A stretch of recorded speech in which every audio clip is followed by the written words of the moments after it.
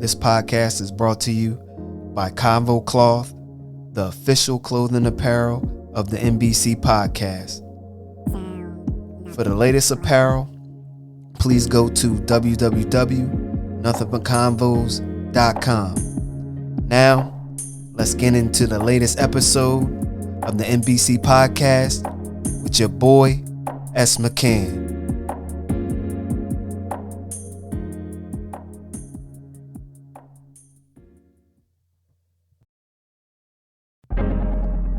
What's good, people? It's the NBC podcast with your boy, S. McCann. And this is episode 51, Eagles Week 3 review. And then this week, we got that dub on Monday night against the Bucs, 25-11. The offense, passing offense, came to play. The rushing offense was there once again with DeAndre Swift. The defense came to play. Bradbury was slotted at nickel corner. And that boy Jalen Carter had one of the biggest plays in the game with a peanut punch out of the ball, having that forced fumble, and he had a half sack. So in this week, I break down what the defense looked like, what the offense looked like, and our next week matchup against our division rival, the Washington Commanders. So sit back and relax. Let's get it. Episode 51, Eagles Week 3 against the Tampa Bay Buccaneers. Eagles 25, Tampa Bay 11. In this game, we were without some key players, but we did overcome that, and we came out with a win on the road. In this game, the standout player to me on defense was Jalen Carter. One forced fumble, a half a sack, but his presence on defense was felt the whole game. He was out there balling. They couldn't defend him with one person. And during this season, we are seeing a rookie player getting double teamed. And he's taking a double team and still pushing the double team back, which is crazy. A few people have said about Jalen Carter that he reminds them of Jerome Brown. Jerome Brown, first round, 9th pick. Jalen Carter was drafted by the Eagles in the first round with the 9th pick. Both are from Florida.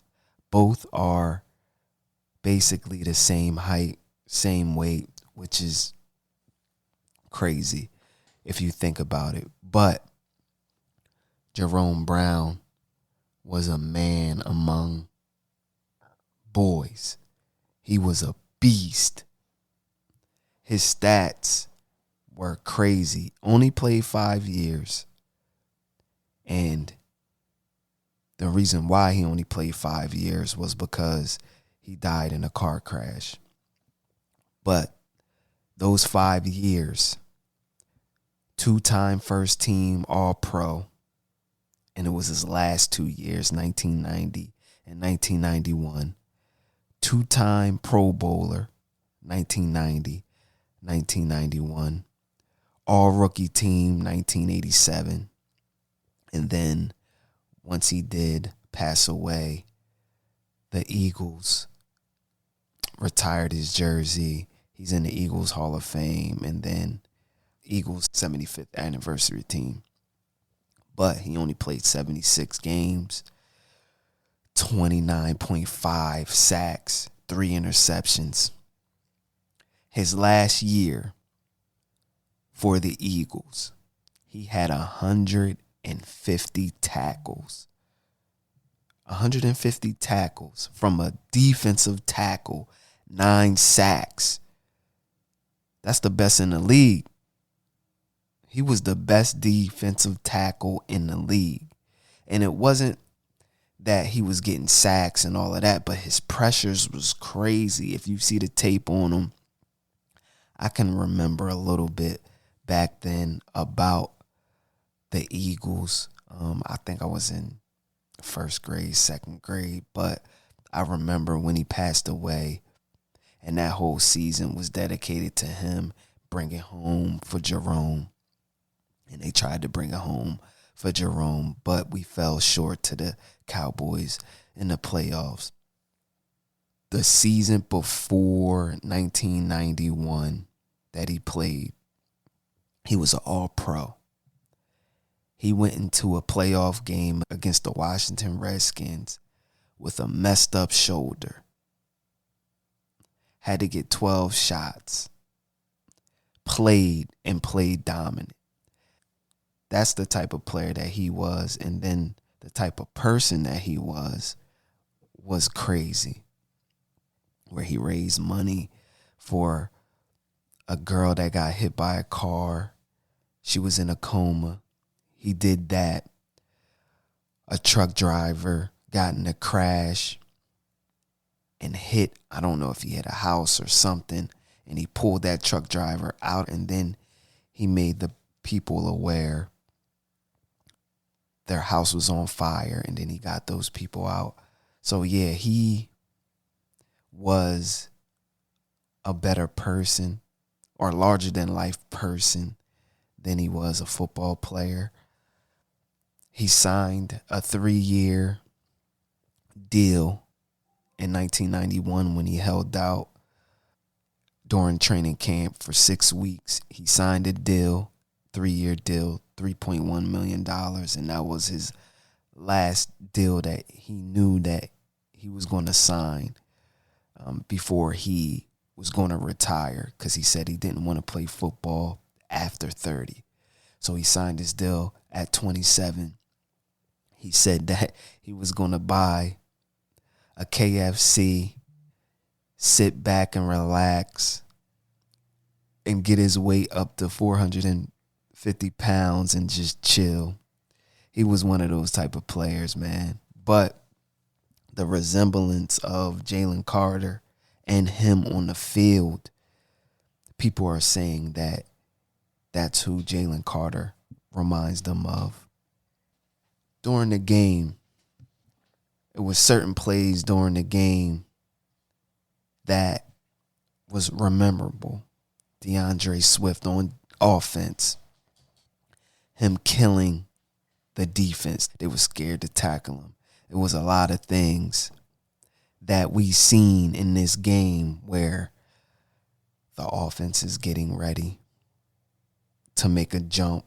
Seems like they were getting on track. Jalen Hurts, 23 of 37, 277 yards, 1 touchdown, 2 picks. And on a couple of those picks, it seemed like he was not in tune with his receivers. And so it was a little miscommunication. But during that game, we got over that. DeAndre Swift was killing them once again. 16 carries, 130 yards, 8.1 yards a carry. Kenneth Gainwell got in the game, 14 carries, 43 yards, 3.1 yards a carry. And you know Jalen Hurts ran a little bit, 10 carries, which was all scheduled because they rarely run him with design runs anymore. 2.8 yards a carry and a touchdown. Through the air, A.J. Brown was cooking them.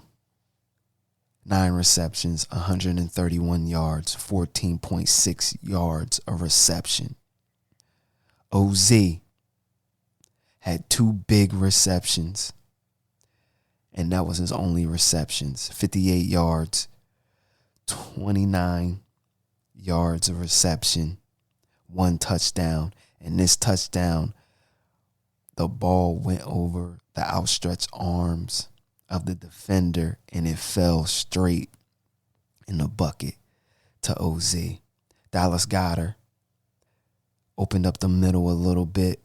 5 receptions, 41 yards, 8.2 yards of reception. Devontae Smith, 4 receptions, 28 yards, 7 yards of reception.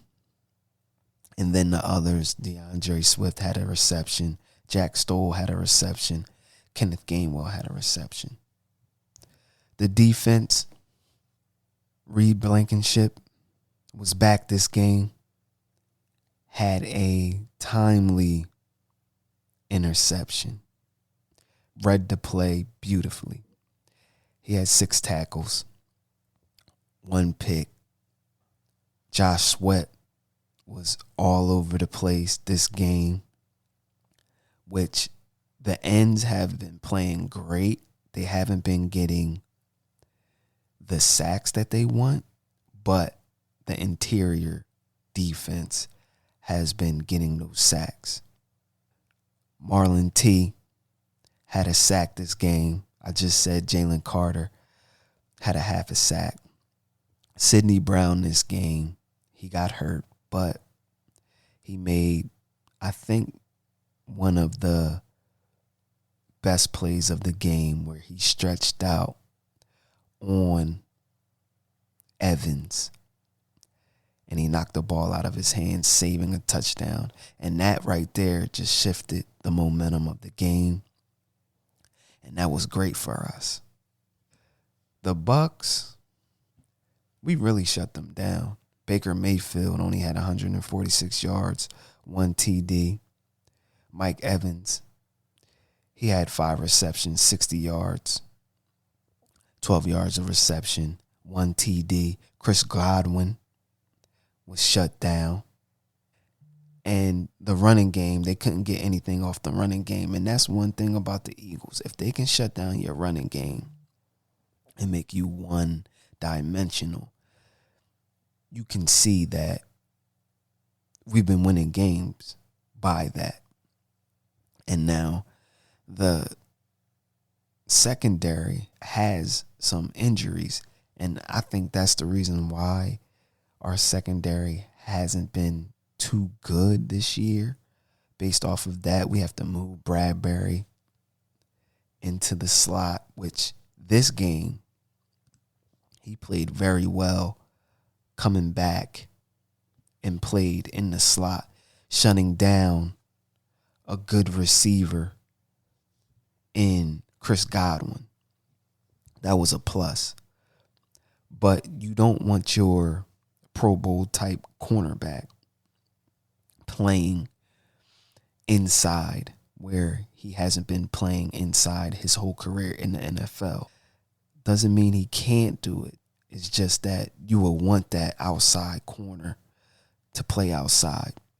I think we will get help by a trade or picking someone up, signing someone that's still out there.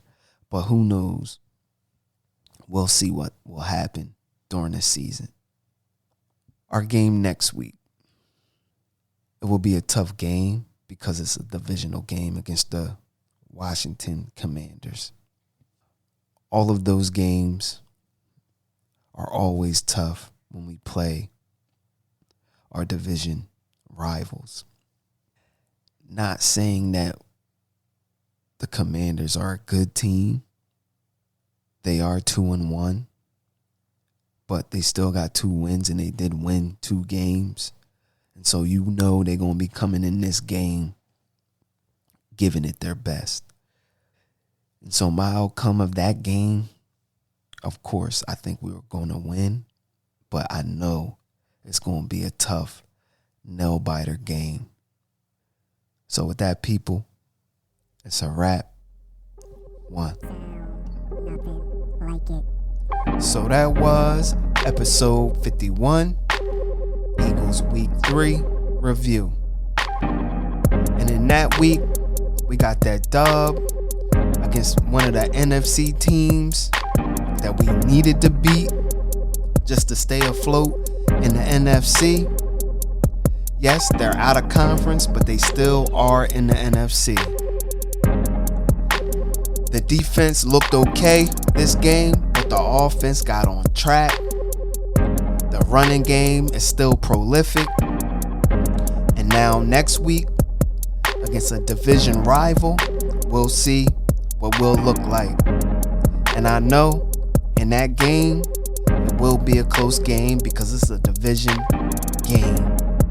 And so with that, people, stay safe, give respect, and show love. One.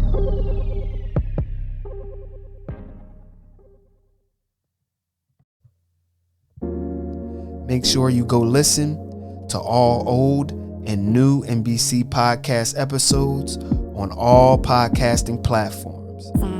And please go to www.nothingbutconvos.com for the latest apparel.